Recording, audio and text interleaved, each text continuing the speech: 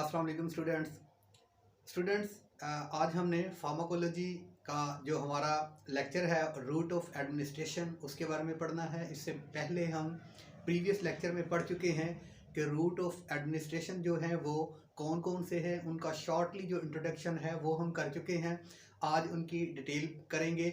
सबसे पहले जो हमारे पास रूट ऑफ ड्रग एडमिनिस्ट्रेशन है उसमें सबसे जो पहला हमारा रूट है वो है इंटरनल रूट। इंटरनल रूट के बारे में मैं आपको पहले भी बता चुका हूँ कि ऐसा रूट जो कि हमारी जीआईटी पे मुश्तमिल है, यानी ऐसा रूट जिसमें ये हमारा डाइजेस्टिव सिस्टम शामिल है, उसमें जीआईटी के पार्ट्स शामिल हैं। यानी इंटरनल रूट्स जो है उसमें उसके जो सब पार्ट्स हैं उसमें ओरल रूट है, सब लिंगुअल रूट है और रेक्टल रूट है। यानी जो ड्रग हमारी जीआईटी के थारो हमारे सर्कुलेशन के अंदर शामिल होती है, हमारे ब्लड सर्कुलेशन के अंदर शामिल होती है, अपना पर्टिकुलर फंक्शन परफॉर्म करने के लिए, उस रूट को हम इंटरनल रूट कहेंगे। अब इंटरनल रूट की बात करें तो इसमें सबसे पहली जो रूट है वो ओरल रूट है। ओरल रूट के बारे में ये जो वाइट बोर्ड की प्रेजेंटेशन है मैं कोशिश करूंगा कि वाइट बोर्ड की प्रेजेंटेशन से आपको ओरल रूट्स के जो एडवांटेजेस हैं वो बताऊं और आज जो डिसएडवांटेजेस हैं वो बताऊं, ताकि जो न्यू स्टूडेंट्स हैं वो इन कीवर्ड्स को फॉलो करते हुए भी कुछ सीख सकें। क्योंकि जो फार्मेसी टेक्नीशियन का सिलेबस है उसके अकॉर्डिंगली जितने भी कीवर्ड्स हैं वो मैंने यूज़ किए हैं। मोस्टली कोशिश की गई है कि वो नए स्टूडेंट्स जो हैं वो जो अभी फार्माकोलॉजी जिन्होंने नए सिरे से स्टार्ट की है उनको इन कीवर्ड्स के मीनिंग्स के बारे में भी पता चल जाएगा और पता चल जाएगा कि ये जो कीवर्ड्स हैं हमने कैसे इनको यूज़ करना है।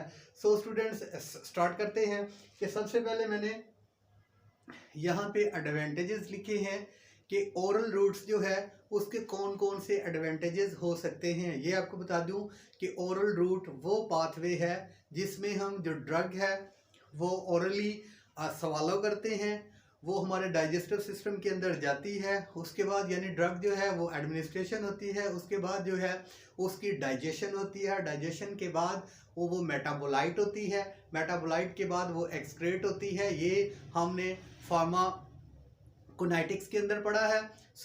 ये ओरल रूट से ड्रग का मैंने आपको तरीका बताया कि किस तरह हमारे सर्कुलेशन सिस्टम के अंदर चली जाती है। अब हम देखते हैं कि इस रूट के जो एडवांटेजेस हैं ओरल रूट के और जो डिसएडवांटेजेस हैं वो क्या क्या हैं। सबसे पहले कीबोर्ड की ये मैंने जो वाइट बोर्ड प्रेजेंटेशन है इसमें कीवर्ड्स जो हैं वो इस्तेमाल किए हैं, वो देखते हैं वो क्या कहते हैं। यहाँ पे मैंने लिखा हुआ है कन्वीनियंट एंड एक्सेप्टेबल। ये आपको बता दूं कि जो ओरल रूट है वो बहुत आसान है और ये काबिल इस्तेमाल है। बहुत इजीली हम जो मेडिसिन है वो ओरल रूट से अपने जो सिस्टम तक पहुंचा सकते हैं, यानी ओरल रूट से हम आसानी से जो मेडिसिन है वो ले सकते हैं। उसके बाद कीवर्ड इस्तेमाल किया है इस रूट से use for local and systemic action. ठीक है, ये हम लोकल एक्शन के लिए, लोकलाइज्ड एक्शन के लिए भी मेडिसिन ले सकते हैं और जो सिस्टेमिक एक्शंस हैं, डीप एक्शंस हैं, उनके लिए भी हम ओरल रूट को यूटिलाइज कर सकते हैं। उसके बाद जो कीवर्ड मैंने अगला लिखा है वो डोंट रिक्वायर स्टेरॉइड। स्टेरॉइड की ज़रूरत नहीं होती। उसकी वजह यह है कि ये मेडिसिन जो है ये डोजेज फॉर्म में आती है, प्रॉपर डोजेज फॉर्म होती है, इसलिए इसको डोजेज फॉर्म से निकालो और इसको यूज़ कर सकते हैं, इजी टू यूज़ है। अगला जो कीवर्ड है इसका जो एडवांटेज है वो है लो एडवर्स इफेक्ट। वजह क्या है कि स्लो डिलीवरी इनटू सर्कुलेशन।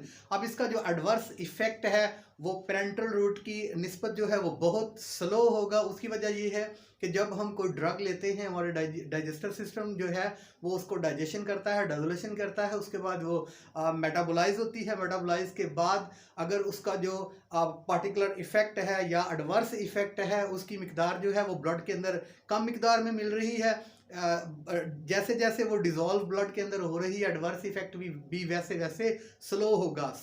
जो ये ओरल रूट है उसके ज़रिए जो ड्रग हम ले रहे हैं अगर उसका एडवर्स इफेक्ट है या साइड इफेक्ट है तो वो जो है वो स्लो होगा।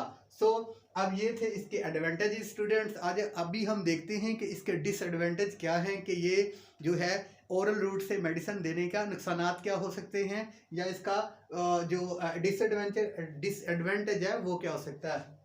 स्टूडेंट यहाँ पे जो कीवर्ड्स मैंने यूज़ किए हैं वो आपकी बुक से हैं।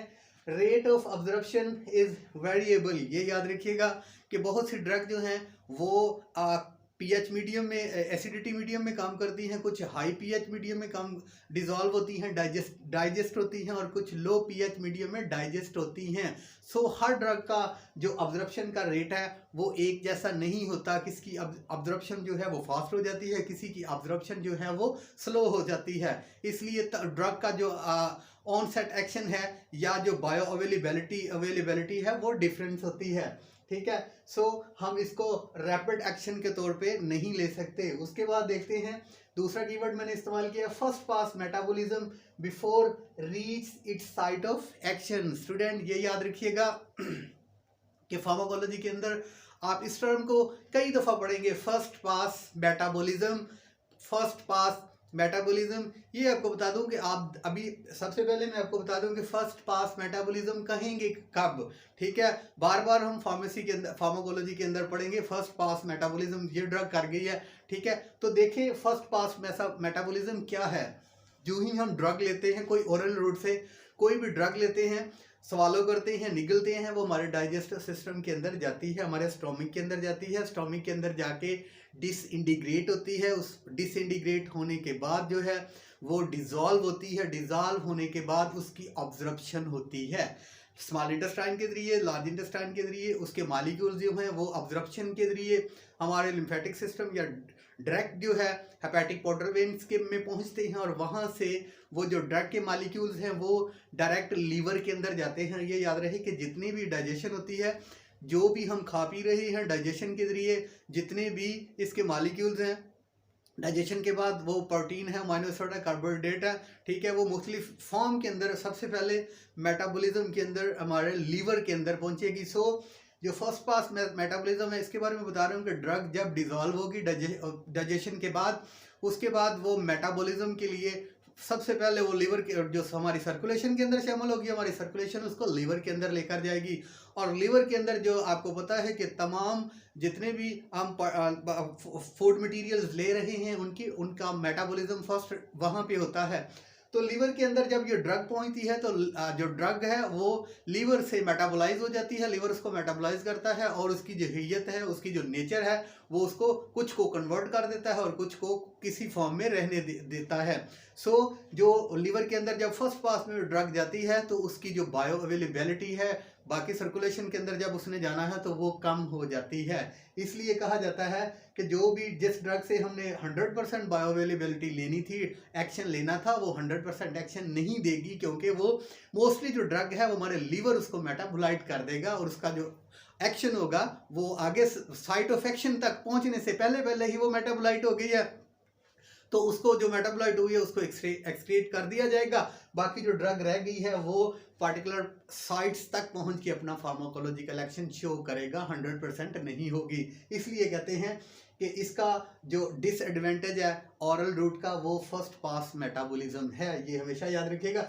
उसके बाद ये स्टूडेंट्स याद रहे कि कुछ जो ड्रग्स हम ले रहे हैं उसको हमारा डाइजेस्टिव सिस्टम के जो एंजाइम्स हैं वो भी डिस्ट्रॉय कर देते हैं ऑरल रूट से लेने से। यहाँ पे मैंने लिखा हुआ है कि इंसुलिन है, पिट्यूटरी है, पिट्यूटरी हार्मोन्स है, जब ये हमारे डाइजेस्टिव सिस्टम के अंदर जाती है तो डाइजेशन के जो एंजाइम्स हैं इनको डिस्ट्रॉय कर देते हैं। सो इनकी बायो अवेलेबिलिटी पॉसिबल नहीं होती, क्योंकि ये स्टोमिक के अंदर ही एंजाइम्स के जरिए डिस्ट्रॉय हो जाती है।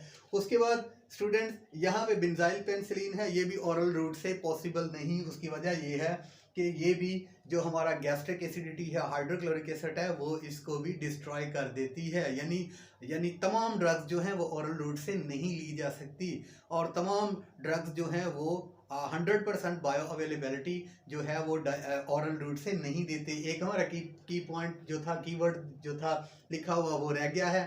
थर्ड है onset action is delayed not suitable in emergency. ये मैंने इसको सर्कल किया हुआ है स्टूडेंट्स, ये याद रहे कि हम ये इसके ऑनसेट एक्शन जो हैं, जो हमें इमरजेंसी में एक्शन चाहिए, जो हमें इमरजेंसी के अंदर फौरी तौर पे जो है ड्रग की साइट्स, ड्रग के पार्टिकुलर साइट्स पे पहुंचना चाहिए, ये पॉसिबिलिटी इसलिए नहीं है कि ड्रग ने जो है वो ऑरल रूट से जाना है डाइजेस्टिव सिस्टम के अंदर, वहाँ पे इसने डिसइंटीग्रेट होना है, डिसइंटीग्रेट होने के बाद डिजॉल्व होना है, रेजोल्यूशन के बाद इसने जो है वो ऑब्जर्वेशन इसकी होनी है, तो बहुत टाइम लगेगा। इतनी देर में पेशेंट जो है वो उसकी जो सिम्टम्स है वो जो है वो उसमें एडवर्स आ सकता है या पेशेंट जो है वो चल बसता है। सो स्टूडेंट्स, यहाँ पे ये जो है इसका डिसएडवांटेज ये है कि ये जो है सडन एक्शन नहीं दे सकती, क्योंकि इसने जो है वो डाइजेस्टिव सिस्टम ने इसकी ऑब्जर्वेशन करनी है और वो वक्त लेगा।